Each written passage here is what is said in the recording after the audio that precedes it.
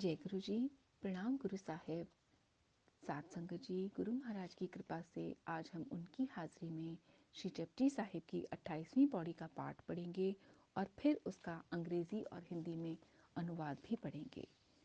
पाठ पढ़ते वक्त होने वाले अशुद्ध उच्चारण या कोई भी भूल चूक के लिए मैं हाथ जोड़कर गुरु साहिब और आप सबसे पहले से ही क्षमा मांगती हूँ।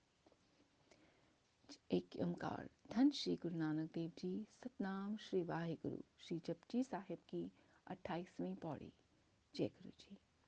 मुंदा संतोख सरम पर चोली त्यान की करे विभूत खिंथा काल कुआरी काया जुगत दंडा प्रतीत आई पंथी सगल जमाती मन जीते जग जीत आदेश तिसे आदेश आद अनिल अनाद अनाहत जुग जुग एको वेस। Meaning in English: make contentment your earrings, humility your begging bowl, and meditation the ashes you apply to your body. Let the remembrance of death be the patched coat you wear.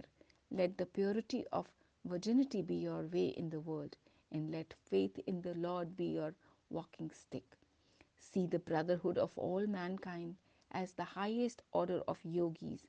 Conquer your own mind and conquer the world. I bow to him. I humbly bow. The primal one, the pure light, without beginning, without end. Throughout all the ages, he is one and the same. Shri Guru Nanak Dev ji से प्रभावित होकर सिद्ध गोरखनाथ ने गुरु जी से कहा, आप हमारे पंथ में शामिल हो जाओ, हमारी जैसी वेशभूषा धारण कर लो। तो गुरु जी ने उत्तर दिया, हमने जो वेशभूषा धारण की है वो हम बदल नहीं सकते। तो सिद्धों ने कहा, कौन सी वेशभूषा? उत्तर, हमने संतोष रूपी मुद्राओं को कानों में धारण किया है, मेहनत श्रम रूपी पात्र खप्पर को झूला धारण किया है, ध्यान सिमरन रूपी भस्म को तन पर रमाया हुआ है, मौत के भय की खफनी और कुंवारी कन्या के समान पवित्र इस शरीर को युक्ति से रखकर हम विश्वास रूपी डंडा हाथ में लिया है। हे सिद्ध जनों, आपकी वेशभूषा जो दिखाई दे रही है, उस वेशभूषा में मेरी बताई हुई युक्तियां अगर शामिल नहीं तो वो सिर्फ दिखावा है जो परमात्मा को नहीं भाता। इसलिए आपके आई पंथ के अनुसार के सारे समूह को भी मेरी यही सलाह और राय है कि मन को जीतो तो सारे जग को जीतने के समान है। इस दिखावे की दीवार को तोड़ने के लिए उस परमात्मा को नमस्कार करो जो आदि अर्थात शुरू से है, अनिल है अर्थात रंग से रहित है, शुद्ध स्वरूप है, जिसकी कोई हद नहीं है अर्थात वो बहुत विशाल है और युगों में एक ही वेश में है। गुरु रूप साध संगत जी, एक कहावत है, जो दिखता है वह बिकता है, यानी दिखावे वाली दुनिया है।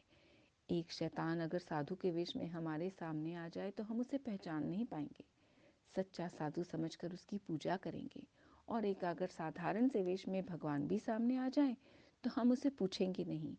इसीलिए हमें सूझबूझ की जरूरत है, जो गुरु जी के उपदेश से मिलती है, और यह अवस्था हर किसी को प्राप्त नहीं होती।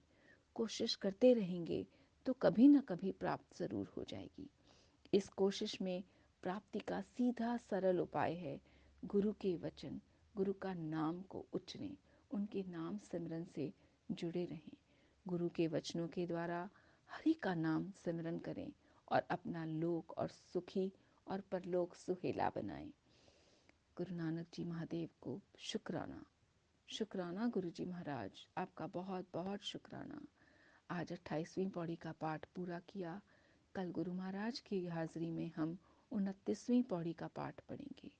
पाठ पढ़ते वक्त हुई हर भूल चूक के लिए हाथ जोड़कर गुरु महाराज और आप सबसे क्षमा।